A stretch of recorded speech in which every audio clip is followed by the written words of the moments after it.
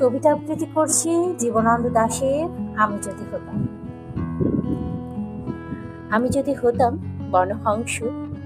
বনহংসী হতে যদি তুমি কোনো এক দিগন্তে জলসিহি নদীর ধারে ধান ক্ষেতের কাছে চিপচিপে স্বরে ভেতর এক নিরালা নেড়ে, তাহলে আজ এই ফাগুনের রাতে ঝাউয়ের শাখার পেছনে চাঁদ উঠে দেখে আমরা নিম্নভূমির জলের গন্ধ ছেড়ে আকাশে রূপালি শস্যের ভেতর ঘা ভাসিয়ে দিতাম।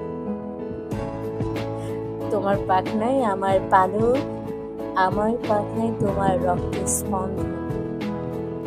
নীল আকাশে খই ক্ষেতের সোনালি ফুলের মতো অজস্র তারা, শিরীষ বনের সবুজ লোমশ নীলে